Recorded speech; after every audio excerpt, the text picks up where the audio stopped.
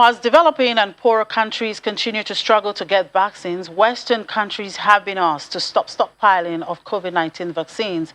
Former British Prime Minister Gordon Brown, who is a United Nations Special Envoy, has accused rich countries of committing a moral outrage by stockpiling COVID-19 doses while poor countries are struggling to get supplies.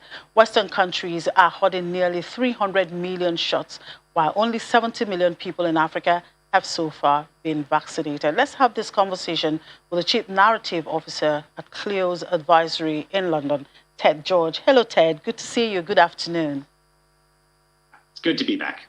So tell me, how badly would you say it's been with West Africa with COVID-19? How badly has West Africa been affected by COVID-19 compared with other regions of the world? Well, in fact, Africa has done relatively well. There have been 3 different peaks. There was one in July last year, there was earlier this year in January, and just recently over the summer. But the reality is that we're looking at around 40,000 cases a day, and even at the peak, around 1,000 deaths a day. That's the same as we saw in the UK during the peak. That's the UK versus Africa. So on a global level, actually, it hasn't hit Africa as badly. And probably we're looking at around 4% of deaths in the world, even though Africa is around 16% of the population. So clearly there is some resilience in, and particularly West Africa as well, for COVID up to this point. Now, vaccines rates are low, but how serious an issue is this for West Africa in infectious rates and deaths are not low? Well, I think this is the interesting thing, is it appears that Africa has really managed to get through COVID quite well. I mean, it has been hit economically, obviously, trade, business, severely disrupted, and travel as well. But West Africa has the experience of Ebola, which, it knows now how to handle pandemics. There is much more of an outdoor culture. A lot of people spend time in the outdoor in the sun, which is much better for reducing transmission. And there might be some genetic component here as well. But the reality is that COVID has not been as lethal as in the Americas or Europe and Asia, and therefore it is not the same kind of health crisis it's caused, at least to date. Now, Gordon Brown recently accused Western governments of stockpiling vaccines and charged them to ship vaccines to developing countries. How do you view Mr. Brown's statements? Well, the thing is, I mean, it is a fair accusation because there are 300 million now vaccines. There may be 1 billion stockpiled by the end of the year. And that's even taking into account the booster shots that they plan in Western Europe.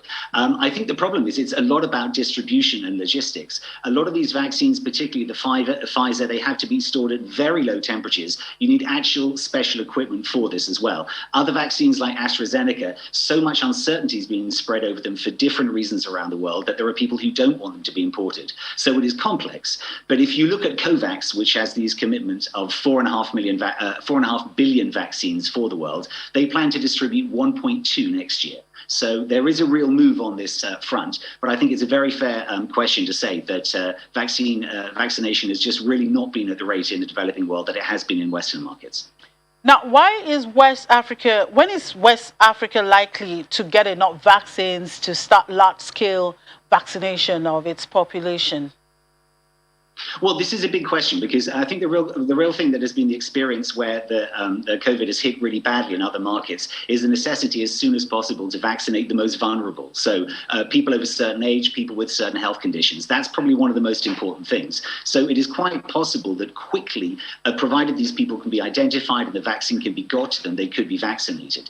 Because the vast majority of Africa's population is very young. A lot of it is, in fact, under the age of 16 or 18 and probably not at risk to the virus. But there's always variance. So the fact is, I think there's a good chance that any potential damage variants could be reduced if the vulnerable are vaccinated relatively quickly in the next 6 months. Now tell me, how serious a threat do the new variants of the disease in West Africa, and what impact do you think it could have on the region? Well, this is the big unknown. I mean, there's already been a Nigerian variant, which is very similar to other variants around the world. But the fact is, as we've seen with the Delta, it's starting now to attack more younger people. It's proving much more easy to transmit as well. It changes the whole time. So just to assume that it's going to continue being not as difficult in Africa is not the good assumption. But I think there is already ingrained in the way the people work and the governments work in West Africa a knowledge of how you deal with pandemics. And there's a very strong sense of society society and social support, certainly in a lot of the communities across Africa.